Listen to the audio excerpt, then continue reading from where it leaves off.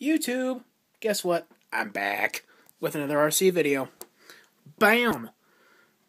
Focus, focus, focus. There we are. This, some of you may recognize as Project Assassin, a Duratrax Maximum ST old school nitro that I've converted over to electric. It was all going well and good until this is the original spur gear. And that's what a spur gear is supposed to look like, roughly. That's not. And I figured it was because of this brushless motor here that it was way too powerful for the spur gear, so I'm like, oh dear. And you cannot find these anywhere anymore. So, away that goes. I figured out, though, it was not a spur gear issue. It was a chassis flex issue that has plagued this thing, not just this one, but the buggy and the monster truck as well. Ever since they've produced these. This is like two to three. See, it's supposed to technically be 3mm thick aluminum, but it's actually like 2.5. For whatever reason, I don't know why I did that. But at any rate, there's nothing really. I'll just show you. It's like, if I can get it to hold on. Kind of having filming and doing this all at the same time. So this is nice, wide, lip, and then that little dinky thing back there. This was all that was holding this entire rear assembly on. I'm being dead flat serious. That was it. And I could literally pull on this, and the spur gear would just burp. I mean, it would literally be like, almost a quarter of an inch of a gap I could almost get out of it from the pinion to the spur. So obviously, bumping into anything of any kind at low speed without some sort of brace there, yeah, it was going to do some damage. I had run into another guy on the forums at ultimaterc.com. Shout out to those guys, they are awesome. I'll put a link in the description, or doobly-doo, or whatever you want to call it. Anyway, done with that. So, I was talking to him, and he's like, yeah, this chassis flex issue has been a huge problem with this. It's plagued. I had to hack up the chassis in order to fix it. He even bought a new chassis and converted it back to nitro, sold it off to some kid for like $50. I'm kind of like, nope, not letting that beat me. He was saying he had to do a bunch of custom mounts and stuff like that. I figured out a simple solution. I had to, had to wade through it for a little bit though.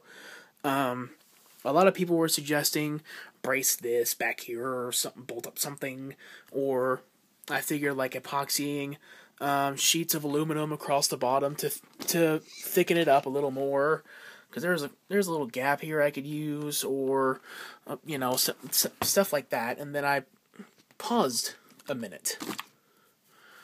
Electric vehicles, electric RC vehicles. This whole thing's flipped back around. Obviously, there's nothing back here to hold the motor on. It's just a single plate of aluminum. So, I figured why not? Boop! There it is. And it's worked out like a charm. I was actually surprised with how well it worked. This is a Thunder Tiger. It is aluminum. I checked. It's aluminum. It's not plastic. Electric motor mount for an electric RC vehicle. And I use this as a brace instead of the mount. As you can see, it bolts up just like normal. Using the two bolts here, links everything up. But there's nothing to bolt this to. How does that locate? Well, this may sound jerry-rigged as crap to you, but it's worked so far. It's actually, believe it or not, just a washer. That's it. Nothing else. It was actually, I had it laying around. It was exactly the same size as, I don't know if you can see it or not. Focus. It ain't gonna focus. Okay. There's, for lack of a better term, a hole that this would link into the transmission to. That would allow the transmission top shaft to go through and hold all this in place, like so. There's actually a washer that was able to fit the difference between this top shaft and the hole. Go to town with that one. But long story short, it actually sits flush against the transmission, and with this bearing down on it, actually holds it in place. That's it. I don't know why that other guy went on and on about hacking up a transmission and all this other stuff, because that, I mean, you're seeing that. It's not moving. I could literally pick the RC up by it. It's solid. And that's literally $10. That's it. I mean, that's all it took. It took me a minute to come up with that, though.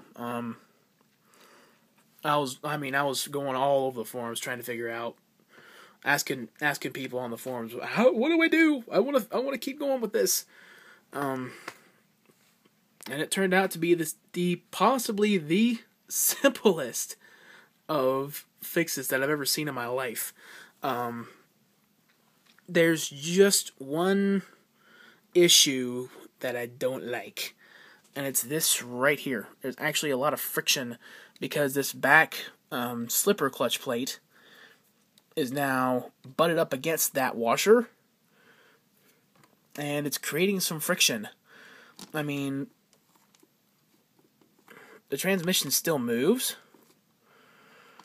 but there's some friction there. I mean, I might be able to put some grease in there to free it up, but as it stands, it's actually it's a metal to metal butt joint, and it's creating some friction, and I'm not sure I like that. I mean, I gotta do some retuning to this ESC before I even try to put a pack through it, and I may take it apart and put some grease in it before I ever even run it, just to be safe.